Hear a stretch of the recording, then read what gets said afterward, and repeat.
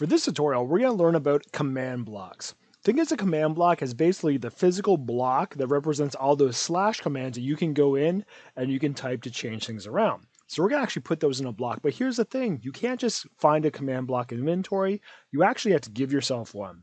So we're going to go into our slash commands and we're going to type in give, and then you can do an @s or yourself.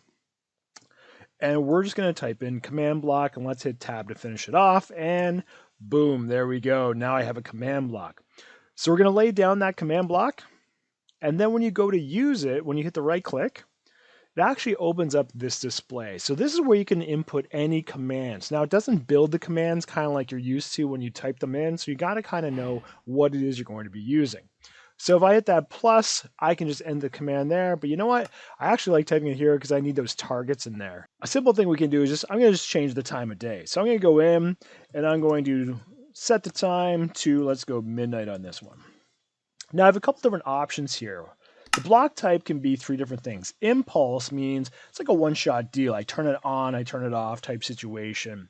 Chain is when you want to set up multiple command blocks to kind of feed into each other. And repeat means it sends out a pulse, which basically keeps it happening once it's been activated. Now, how we activate those are down here with the redstone. You can either need redstone, which means, remember, you have to power the block. So that can be redstone, it could be levers, button, things like that. Or it's always active, which means it's always going to be happening. So be careful if you're doing something like a teleport or something, because if it's always active, it's always going to be happening. Let's do our need redstone. And to make this more official, I'm going to put in an opposite. Just to show you when I turn it to night, then I have another one, and we'll turn it back to day. I'll leave this as impulse and needs redstone as well. So if I want to go in, I'm going to choose my lever, hold down the shift key so I can attach it to a block. Just like that. So now, when I go in and flip this block, it is now nighttime. And I go to the other one, I flip it back to day. So that's what it means to be an impulse, where you actually have to physically come in, turn it off, and it has to be powered by redstone. Another example you can do, if I grab my command block again, you can do more things than just change the environment. So for this command, let's go in. I'm going to give the closest player, so this would be the player most likely near the command block. We're going to give that closest player a camera.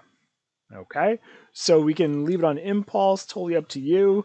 You can put on repeat, but here's the thing. When I put it on repeat, so right now it needs redstone, which means it needs a switch or something. I'm going to leave it as that because I want to show you what it does. This time, I'm just going to put on a button. So if I go to my inventory, remember a button just basically turns on and then turns off on its own, unlike a lever. So let's choose the button, put that on there. I'm going to hit it.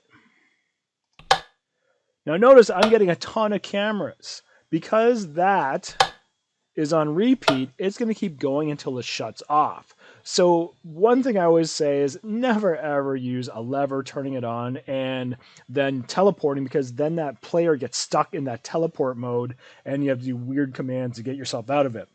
Notice that my block is a different color because it is a different thing. It's a repeater block. So I'm going to go in here. I'm going to take off the repeat back to impulse because I want to now teleport somewhere. So the biggest thing is when you teleport a course, you want to make sure you know where you're at. So right now I'm at 22.4.512. Well, when I teleport in here, I'm going to do the command teleport. I'm going to teleport the nearest player, and we'll do 22.4.520. All right, so now we have that in there. Now when I go in, a student or whoever player comes in, they hit the button, boom, teleported. Where'd I go? Just over here. But that's a great way if you want to teleport students to a certain area of your builds. Or what I like to do is I build a hub of teleporters and I put a sign here as their name. And then if I want to get into Rob's world, I could go over here. Oh, this is Rob's world, click it. And it sends me right to that world. So this is where you don't have to be physically in there, always going in and teleporting everyone manually. You can set up a command block to give things, to teleport you, and to change the environment as well. So those are how you can use those blocks.